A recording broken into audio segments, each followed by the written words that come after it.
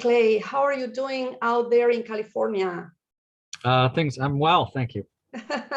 Okay, so we will dive into this fascinating topic that we all need.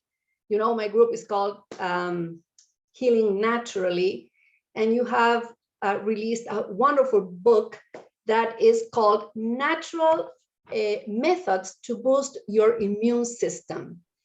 There it is. Wonderful. And it's available on Amazon, and you will talk about this because we all are at higher risk during the winter months, right?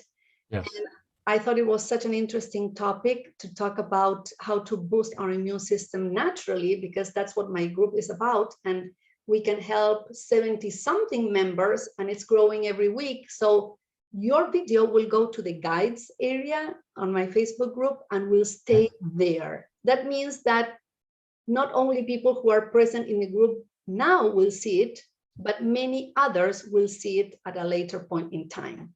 Excellent. Okay? So what would you say about that? How can we boost our immune system this winter and stay healthy and strong?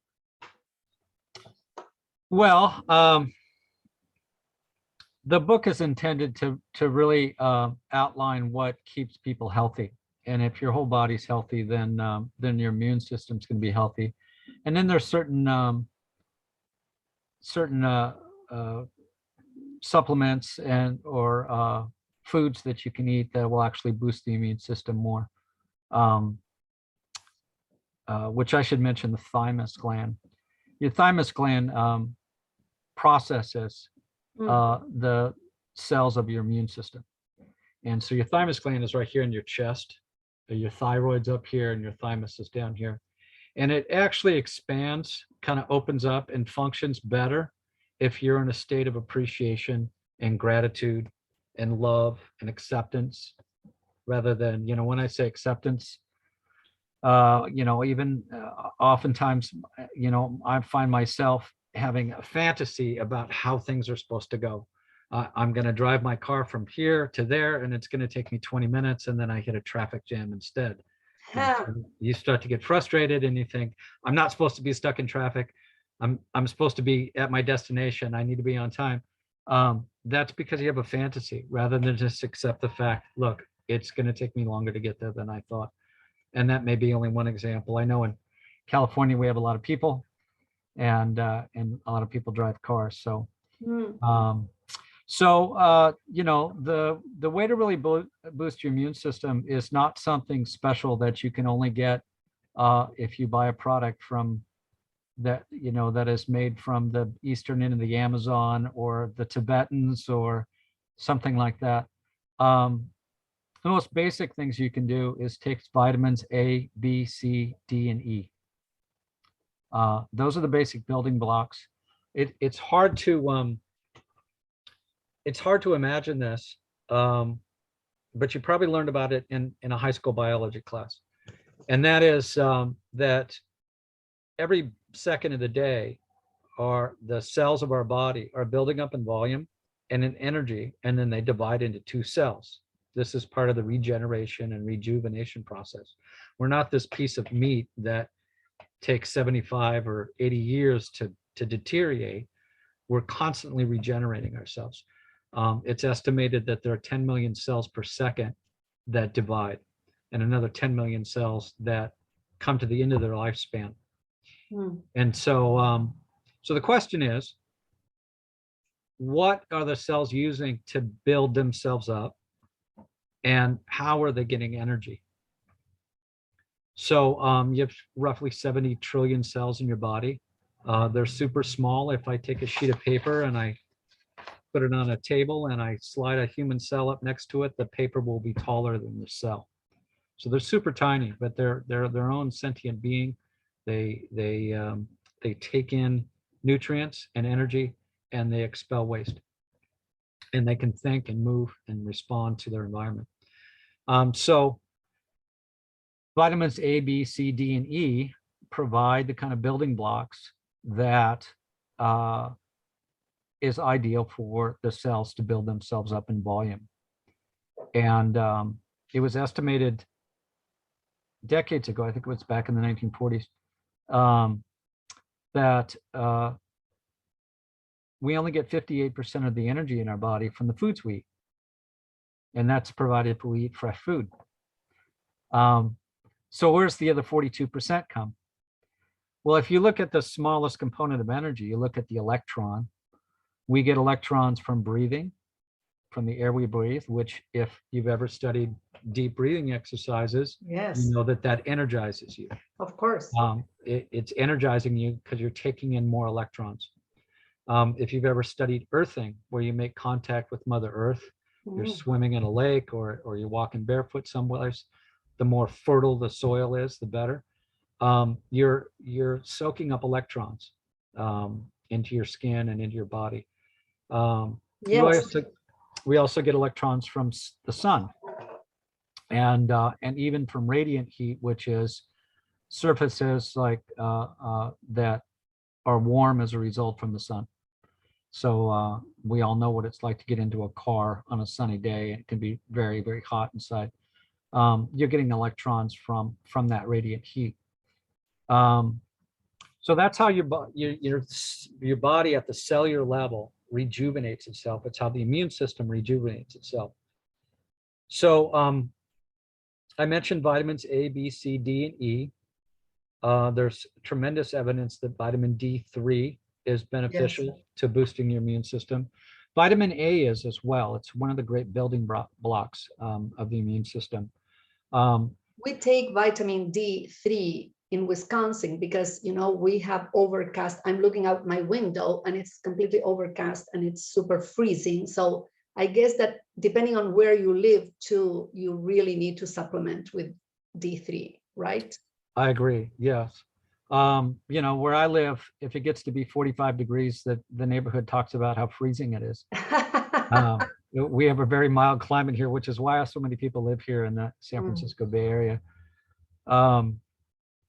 So in addition to that, A, B, C, D, and E, mushrooms, reishi, shiitake, maitake, lion's mane, these kind of mushrooms really improve the intelligence of your body, and so they improve the intelligence of the immune system, and they're great building blocks for your cells at the at the cellular level for your immune system.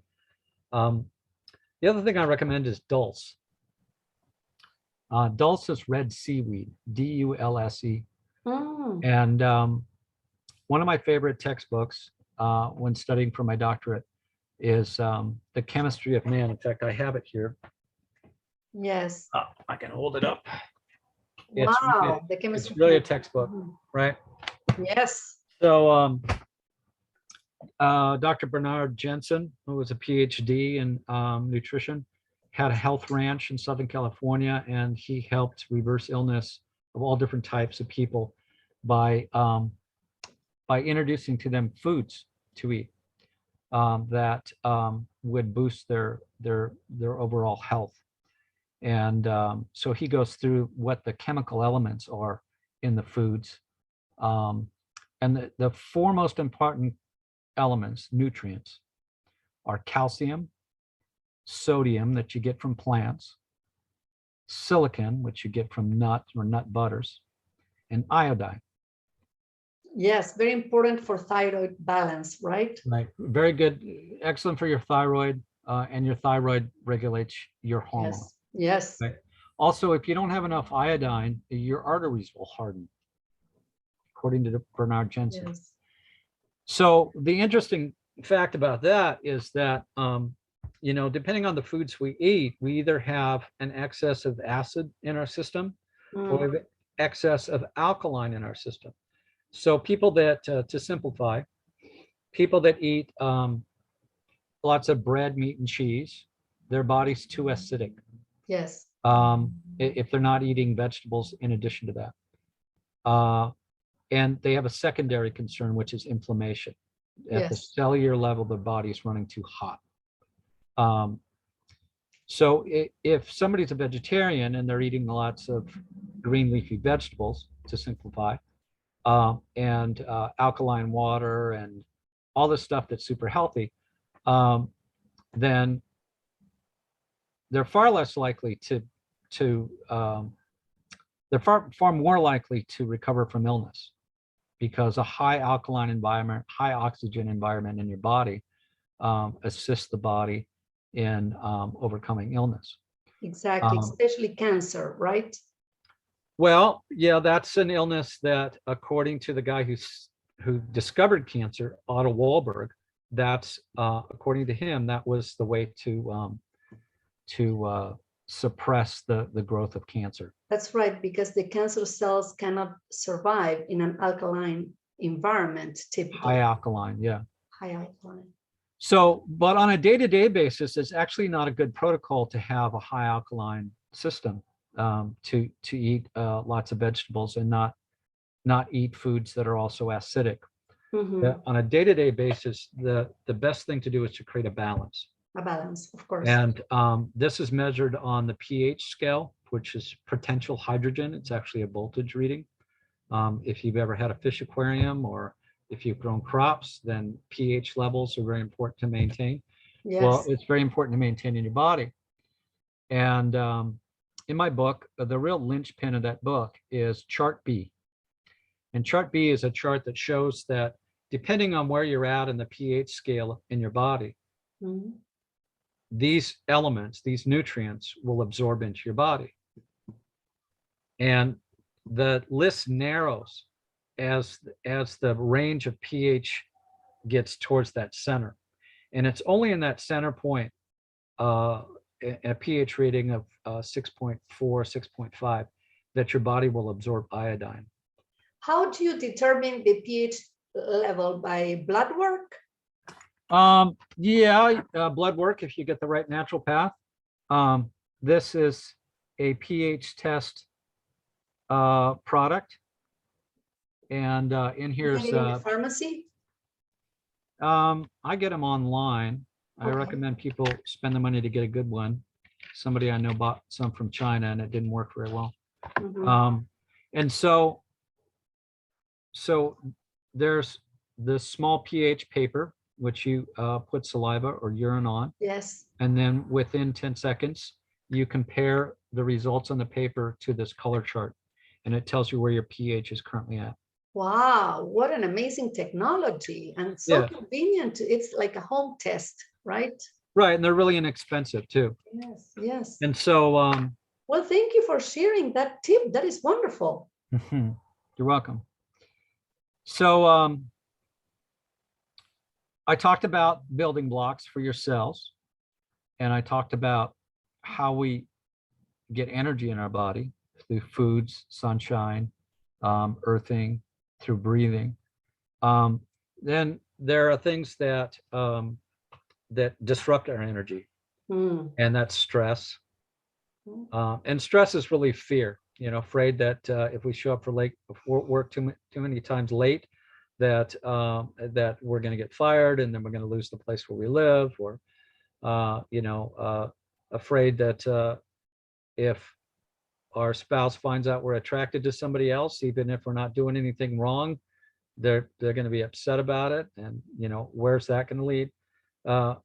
Stress shows up in all different ways of our life. It's very invasive, and it compromises your immune system. It compromises your overall health. And the more you can learn about techniques for reducing stress, the better. Exactly. Sorry to interrupt, because we do have another member, Karina Gonzalez, that she has her podcast on fear and how to break free from fear. So we covered this topic extensively. Well, we can always cover it more. You also mentioned anger when you get stuck in traffic, and those things are very difficult to overcome, right? Because our emotions, sometimes we're controlled by our emotions. So we have to do this inner work. What would you suggest to a patient that goes to your practice? Because you see patients, right? You see people and help them heal naturally. So when it comes to the emotional realm, what would be your recommendation to manage their fears and to manage their anger and to manage their stress? Because we live in a society that, because of what is going on right now in the world, we're being attacked by all these factors that create a negative emotion. So what would be your recommendation from your area so that our immune system is not compromised? Well, meditation is the answer. And, you know, my own experience, but I think the experience of many people is when they first start to meditate, they've got a lot of monkey mind dialogue that comes up in their head, and they can't focus. They want to have that quiet mind experience. And that's not really the goal. That monkey mind dialogue is actually the energy in your body sending a signal up to your brain. Hey, where's all the things that normally stimulate me? Where's my cell phone? Where's my television? Where's the drama I normally experience in my life? So, you know, the first few years, if you do a daily meditation, you're likely to get a lot of monkey mind dialogue. Somebody that I've listened to said in an hour-long meditation, if you get 10 seconds where your mind quiets, you're making tremendous progress. So what meditation does is two things. One is that it increases the neurological pathways in the forebrain, which is what really makes us different from the animal kingdom, is our forebrain. And it increases awareness. Exactly. And so to answer your question, the daily practice of meditation increases your awareness, and your awareness of what stresses you out, what triggers you to feel anger, what choices you're making about, you know, your sleep patterns, for instance. You know, we know if you look at a screen, a computer screen or a television late at night, and then go right to bed, that your mind is still stimulated from what you saw. And so as your awareness increases, you start to realize, you know, at least an hour before I go to bed, I'm going to turn off all the screens in my smartphone and whatnot. The other thing to keep in mind is that when we talk about energy and about your immune system rejuvenating itself, whether you're healthy, whether you feel healthy or whether you feel sick, is freeing up the energy that's already in your body so that your immune system can rejuvenate itself, can rebuild itself. Again, 10 million cells per second. And part of those cells are the immune system. So your digestive system uses 15 to 30% of the energy in your body. So fasting is tremendously beneficial because it allows your body to go into a phase of rejuvenation throughout the body when you fast. Doing more than 3 days of fasting, I don't think is beneficial to anyone unless they're critically ill and they're doing it under the guidance of a medical doctor. And you can do that in Santa Rosa, California, and there's a place in New York where you can do it where it's a clinic where they do fasting for 20 days, 30 days. And there's tremendous benefits to that, but you shouldn't do more than 2 to 3 days of fasting on your own. What about intermittent fasting? What about intermittent fasting? You know, there's a lot of brilliant work being done by medical doctors that recommend that people stop eating at 6 p.m. in the evening, and they don't eat again until after 6 a.m. And again, it gives your body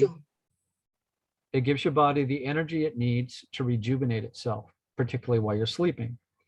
And so in terms of meditation, which we were just talking about a minute ago, your visual cortex and auditory cortex and your motor cortex take up about 30% of your energy. So when you sit still, like I cannot sit in a lotus position on the floor like people do when they meditate. My legs are just too tight from my hobby of street skating. But sitting in a chair is fine, as long as you're relaxed and your spine is relatively straight.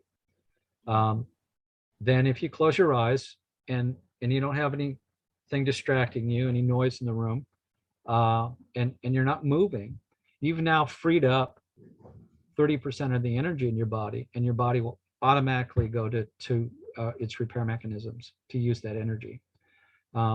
It's self-evident when you really think about it that when people have compromised health, like diabetes or emphysema, their body is already trying to fight off that disease. Their immune system's already trying to fight that off. And so it's already busy. It's already taxed. Override. Yes. In addition to all the other bacteria and pathogens and whatnot that can enter the body through food or through through breathing. And so the immune system's already overworked. And then you introduce a nasty cold virus, a flu virus. And now the immune system's overwhelmed. And you see this, with humans like us, and you see it with animals. When we get sick, we require a lot more rest. We sleep a lot more. We feel very lethargic. We get body aches and whatnot. This is because our immune system needs the energy in our body to build itself up. And so meditation benefits that. Fasting benefits that. I know one of your questions, Paula, was that what do we do in the event of an illness? Yes, that was going to be my second question, that you have referred to many of these aspects, but I would love to put, like, in my Facebook, on my Facebook wall, when I post your video, like bullets of, because we cannot sometimes do it all, but we have to start somewhere. And for example, I've noticed that with all these examples that you have given about supplements and nutrients and building these blocks and meditation, all those things, if we're mindful about that, then we will think twice along our day when we make our decision how to spend it and how to organize ourselves to do some of these things. Because if not, we are not aware, we're not mindful that we're self-sabotaging. We are attacking our own immune system ourselves by our lifestyle many times. Right. Yeah. So what would you do if you got a diagnosis, God forbid, right? If you knew that you were ill, how would you heal yourself to health? Well, if I were to get the common flu virus, which can be debilitating, fever and coughs and congestion in your chest, body aches, and of course you need lots of rest. This just happened to a friend of mine, and I said, so what are you doing about it? And he said, well, I'm drinking lots of water and I'm sleeping more. And I go, okay, there's a lot of other things you could do about it. Did I give you a copy of my book? Top of the list would be quinine. And yes. Quinine is a citrus tonic that's been used for centuries in the tropics. And in the tropics, they're likely to get or more susceptible to getting an upper respiratory disease like malaria. And so the people that live there and along closer to the equator have learned to make and drink these tonics in order to keep their body prepared if they get this kind of infection. And of course, the English who occupied those areas said, okay, well, we'll listen to the natives, we'll drink the tonic, but we're going to mix gin with it, or vodka. That's where gin and tonics and vodka tonics came from, is their afternoon ritual of making sure that they stay healthy. Secondly would be an antibiotic. And the best antibiotic that we can get is garlic. Garlic's got and onions. And onions, those are great. 50 different benefits to garlic. And it will go after, the oil, the compound in garlic will go after the bacteria that's not beneficial to your body. And in my book, I have a recipe that uses 50 cloves of garlic and 2 big onions and chicken stock. And there's a few spices in it, but you mix bread with that and you blend it, and it comes out kind of like a thick potato soup. It doesn't taste like garlic, but boy, that stuff is good for combating a viral infection. So my protocol, and zinc is excellent. Zinc, of course. So my protocol, if I got sick, would be to drink quinine, to eat some of my garlic soup, to take zinc, to take an excess amount of the vitamins I mentioned, particularly vitamin C and E. When you take those together, there's a synergistic benefit to them. But those are antioxidants. Yes. So, at the cellular level, again, you've got these little bad guys called free radicals that go around and they steal an electron at the molecular level, and then it makes the cell not function properly. And so when we eat things like blueberries or anything that's got vitamin C in it and vitamin E and whatnot, these are antioxidants. These add electrons back to those compromised molecular structures. So, so again, what I would do if I became ill, I don't get sick. I think it's because I take care of my health on a daily basis. But if I did get sick, the first protocol would be to add to my system, to drink quinine, to eat the garlic soup, to eat supplements. And once I dosed myself on that, then I would fast for 2 days. Again, 30% of the energy in your body goes towards digestion. Mm-hmm. And so if you drink only distilled water or spring water for 2 days, and then the third day you start out drinking vegetable juices, where you're getting the kind of plant minerals, sodium that you need. I recommend Dulse because it's got iodine in it, and silicon and sodium. It's got 3 out of the 4 things that Dr. Bernard recommended. That is wonderful. Would you agree that vitamin D3, sometimes combined with K, Yes. absorbs the vitamin better and it's more like potent, more powerful? Because I do have that protocol and I love to take vitamin C with zinc because you can buy it together. Yes. So I like, in order not to multiply my pills so much, my supplements, to get them, combined, and then it's easier not to forget or leave one aside. And one of our other members, Jose Nunez, he has a supplement company, a small business, and he has aromatherapy. And for colds, isn't that wonderful to open up your airways with eucalyptus and lavender? And or aromatherapy also has a place, right, in repairing our immune system?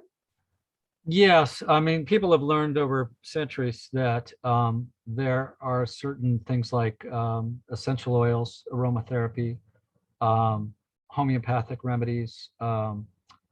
What's the one I'm thinking of? Flower remedies, Bach flower remedies. These are all frequency-based treatments.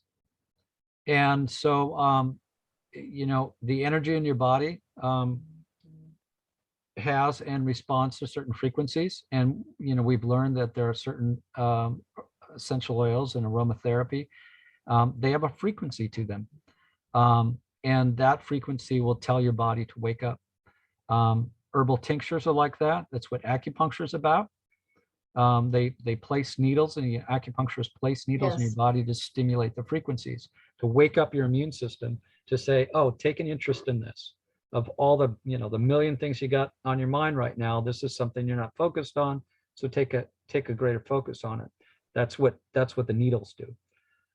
There's a system that I own called the Ness Health System. And the men that invented that, created that, they use tinctures that are infused with a frequency that's specific to what's going on in your body. And there's a scanner that I use. It's like a big a computer mouse. And in about 5 seconds, it scans all the energy fields in your body and says, these are the 4 that are most distorted. Yes, So yes. I have had those studies and they're wonderful. We will need to start wrapping up because I want people in our group, and I will share this video with you so you can also distribute to your friends, to be curious about the book and buy it. So where can they find it? Where is your practice I will put those links here below in Okay. the description of this video, Yeah. and they will be able to find you, Clay. But would you like to give some information about your practice and your resources and where to find you? I'm working on my website. I actually just took a leave of absence from my other business so that I could I can concentrate on doing things like building up my website. I have an email called a website that's called boostyourimmune.org. All one word, Boost Your Immune. That's to promote the book. The book is available on Amazon. It's available on Kobo and Ingram Press, if you're in Europe or Australia. And yeah, it's an $8 investment for your health. I hope the people that I know that friends of mine that have read the book said that they really enjoy it, that it's concise. The intent was to make a short, concise book that says, here's all the information you need to know about. If you want to learn more, read this other guy's book. Read Dr. Yes. Stephen Gundry, or read, Bruce Lipton, or read something by Dr. Joe Dispenza. And that will expand your knowledge about this specific area, like meditation or cellular biology. So yeah, I think that answers your question. I know I have a Facebook site called Natural Methods to Boost Your Immune System, and I post things, including there's a posting on there of the recipes at the back of the book, which is for quinine, it's for garlic soup, and so anybody can access that. That would be great. Well, thank you so much for everything that you have shared with us today. And we might have you in the future. That'd be nice. There are so many things to discuss. Maybe for the spring, you have some other tips that you can share. Yeah, I was listening to something this morning, and I really think it's important to share this message, and that is there are doctors out there that are sharing their message about what's going on worldwide with viruses. That's Dr. Peter McCullough, who these are men that you can find videos on YouTube or BitChute, Rumble, things like that. Dr. Peter McCullough, Dr. Robert Malone, who created mRNA technology. He was the creator. Yeah, right. He's got a lot to say about it. While they don't remove the videos, right? So yes, right. That's important. Dr. David Martin and this attorney, Dr. Reiner Folmick, who's got a lot to say about what's going on in the world. So if you haven't already listened to their videos, then that would be the research. I follow a ton of scientists from the other side, but that is for a whole other interview. Yes. Okay. Yeah, good. Well, thank you so much. Enjoy California. I can't wait to go there, but most likely we will go to Florida to shorten the Wisconsin winter, like for a month. There you go. And I will be filming from there. So thank you for joining me today, Clay, and we'll stay in touch, okay? Okay, great. Thank you, Paula. Thank you. Bye. Bye.